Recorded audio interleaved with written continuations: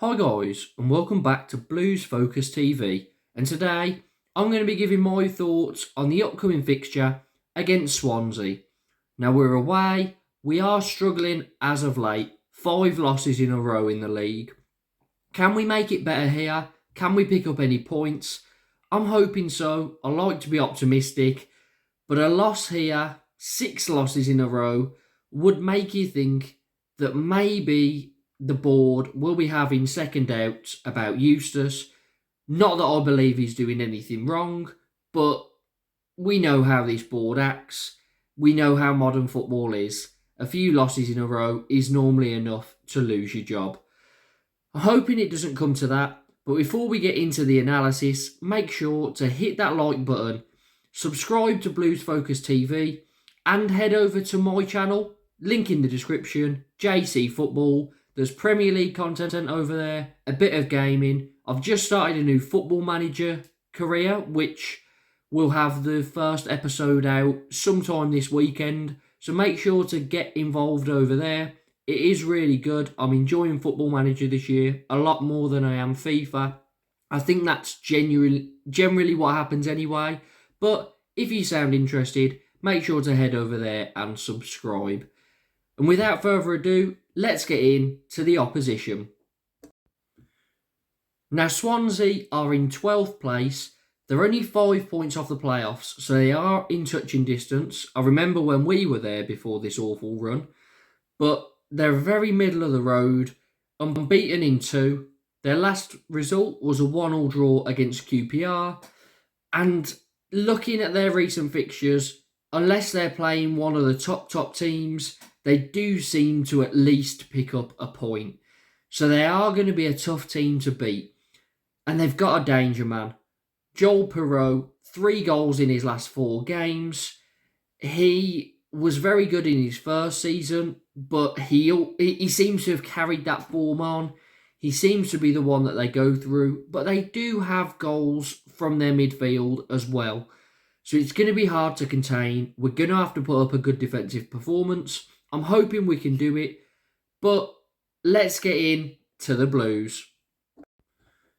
And Blues, we're in 19th place, somewhere we tend to gravitate towards, and we're only 6 points above the relegation zone.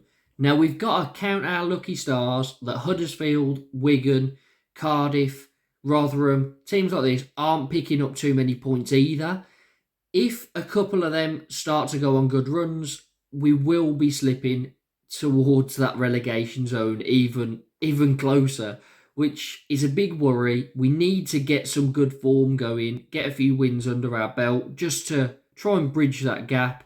Don't really want to be in another relegation battle this season, especially after how bright this season started, because the first half, we looked like we could be in contention of the playoffs. I remember that fixture on the Friday against Sunderland, our last fixture before the World Cup, and if we'd have won it, we'd have been in the playoffs for the night. And I'm pretty sure the results on Saturday and Sunday actually went our way, so if we had have won it, we would have remained in the playoffs for the World Cup break.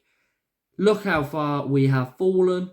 As soon as we kicked off after the World Cup, we've really struggled. Now, 5 losses in a row, but in our last 3 games, we have managed to score 4 goals. The only problem is we cannot keep the ball out of our net, and those 4 goals have given us no points, which is a worry because 4 goals in 3 games should be enough to get you a couple of draws if your defence are on form, but they're not at the moment. We are really struggling. Now, we have got kind of a new signing. Nothing happened on deadline day, apart from us turning a loan into a permanent. Manny Longello, left wing back. We've got him permanently for a reported fee of 400k.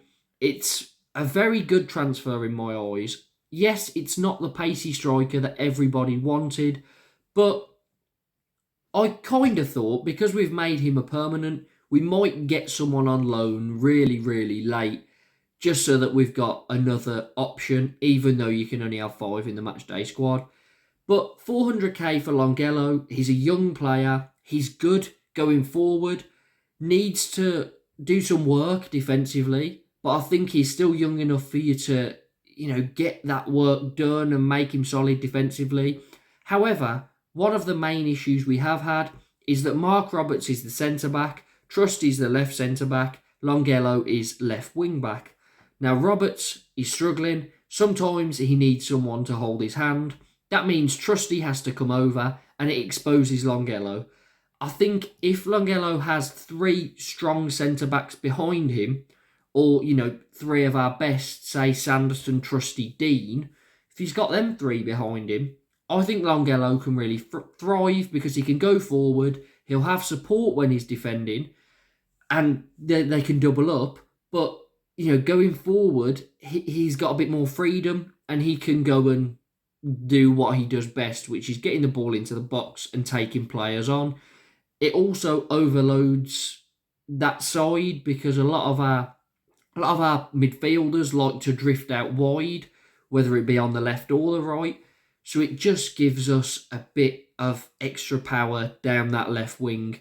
Now, that's a good signing for me. Let me know what you think of that permanent signing down in the comments. But I think that it's good, and I think that we will get the best out of him. Now, our form isn't great, but let's hope we can make it better here. But first, we will need to take a look at the head-to-head.